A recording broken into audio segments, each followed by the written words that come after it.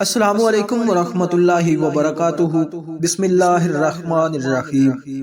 حضرت ابو ہریرہ رضی اللہ تعالی عنہ نے کہا کہ رسول اللہ صلی اللہ علیہ وسلم نے فرمایا، مومن پر موت اترتی ہے، وہ اپنی آخرت کی بہتری کا مشاہدہ کرتا ہے، وہ چاہتا ہے کہ اس کی روح نکل جائے اور اللہ تعالیٰ کی ملاقات کو پسند کرتا ہے۔ مومن کی روح کو آسمان پر لے جایا جاتا ہے، مومنین کی روحیں اس کے پاس آتی ہیں اور زمین پر بسنے والے لوگوں کے بارے میں اس سے پوچھتی ہے۔ جب وہ روح کہتی ہے کہ فلاں کو زمین پر چھوڑ آیا ہوں تو یہ بات انہیں اچھی لگتی ہے، اور جب وہ کہتا ہے کہ فلاں مر گیا ہے تو وہ کہتے ہیں اسے ہمارے پاس تو نہیں لایا گیا۔ اور مومن کو اس کی قبر میں بٹھایا جاتا ہے اور اس سے پوچھا جاتا ہے اس کا رب کون ہے؟ وہ کہتا ہے میرا رب اللہ ہے۔ اس سے کہا جاتا ہے تمہارا نبی کون ہے؟ وہ کہتا ہے کہ میرے نبی حضرت محمد صلی اللہ علیہ وسلم ہے۔ وہ فرشتہ کہتا ہے تمہارا دین کون سا ہے؟ وہ کہتا ہے میرا دین اسلام ہے۔ تب اس کے لیے قبر میں ایک دروازہ کھول دیا جاتا ہے، یا کہا جاتا ہے اپنے ٹھکانے کی طرف دیکھو۔ وہ قبر دیکھتا ہے تو گویا وہ ایک آرام دہ بستر کی طرح ہوتی ہے، لیکن اگر اللہ کا کوئی دشمن ہو اور اس پر موت اترے، وہ اپنا برا انجام دیکھ لیتا ہے تو وہ پسند نہیں کرتا کہ اس کی روح کبھی بھی نکلے۔ اللہ تعالیٰ بھی اس کی ملاقات کو ناپسند کرتا ہے۔ جب وہ اپنی قبر میں بیٹھتا ہے یا اسے بٹھایا جاتا ہے تو اس سے کہا جاتا ہے تیرا رب کون ہے؟ وہ کہتا ہے مجھے نہیں معلوم۔ اس سے کہا جاتا ہے تمہیں نہیں معلوم، تو پھر اس کے لیے جہنم کا ایک دروازہ کھول دیا جاتا ہے، پھر اسے ایک ضرب لگائی جاتی ہے جو جن و انس کے علاوہ ہر جانور کو سنائی دیتی ہے۔ پھر اس سے کہا جاتا ہے اس طرح سو جس طرح منحوس ہوتا ہے۔ میں نے حضرت ابو ہریرہ سے کہا یہ منحوس کون ہوتا ہے؟ ابو ہریرہ رضی اللہ تعالیٰ عنہ نے کہا جسے کیڑے مکوڑے اور سانپ ڈسیں، پھر اس کی قبر تنگ کر دی جاتی ہے۔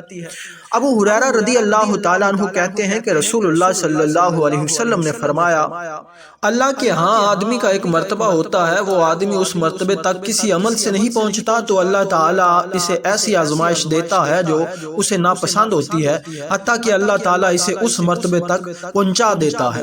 زید بن ثابت رضی اللہ تعالیٰ عنہ کہتے ہیں کہ نبی صلی اللہ علیہ وسلم اپنے خچر پر بنی نجار کے ایک باغ میں تھے، ہم بھی آپ کے ساتھ تھے۔ اچانک خچر ڈر گیا، قریب تھا کہ آپ صلی اللہ علیہ وسلم کو گرا دیتا۔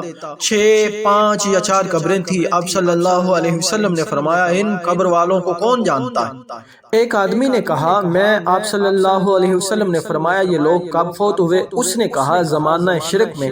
آپ نے فرمایا یہ امت اپنی قبروں میں آزمائی جائے گی۔ اگر مجھے اس بات کا خدشہ نہ ہوتا کہ تم اپنے مردے دفن نہ کرو گے تو میں اللہ تعالیٰ سے دعا کرتا کہ تمہیں بھی وہ عذاب قبر سنائے جو میں سن رہا ہوں۔ زید نے کہا پھر آپ ہماری طرف متوجہ ہو گئے اور کہنے لگے آگ کے عذاب سے اللہ کی پناہ مانگو۔ صحابہ کہنے لگے ہم آگ کے عذاب سے اللہ کی پناہ میں آتے ہیں۔ آپ نے فرمایا قبر کے عذاب سے اللہ کی پناہ مانگو۔ صحابہ نے کہا ہم قبر کے عذاب سے اللہ کی پناہ میں آتے ہیں۔ آپ نے فرمایا ظاہری اور باطنی فتنوں سے اللہ کی پناہ مانگو۔ صحابہ نے کہا ہم ظاہری اور باطنی فتنوں سے اللہ کی پناہ میں آتے ہیں۔ آپ صلی اللہ علیہ وسلم نے فرمایا دجال کے فتنے سے اللہ کی پناہ مانگو۔ صحابہ نے کہا ہم دجال کے فتنے سے اللہ کی پناہ میں آتے ہیں۔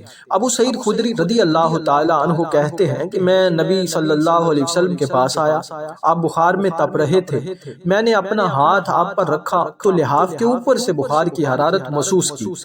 میں نے کہا اے اللہ کے رسول یہ کتنا شدید ہے؟ آپ صلی اللہ علیہ وسلم نے فرمایا ہمیں تکلیف بھی دگنی دی جاتی ہے اور اجر بھی دگنا دیا جاتا ہے۔ میں نے کہا اے اللہ کے رسول لوگوں میں سب سے زیادہ آزمائش کس پر آتی ہے؟ آپ نے فرمایا انبیاء علیہ السلام پر، پھر نیک لوگوں پر۔ کسی کو محتاجی میں آزمایا جاتا ہے حتیٰ کہ اس کے پاس صرف وہ چادر بچتی ہے جو اسے ڈھانپتی، اور وہ آزمائش میں اتنا خوش ہوتا ہے جتنا تم میں سے کوئی بھی شخص خوشحالی میں مسرور ہوتا ہے۔ ناظرین اگر ویڈیو اچھی لگی ہو تو سبسکرائب اور شیئر فرما دیں۔ بہت بہت شکریہ۔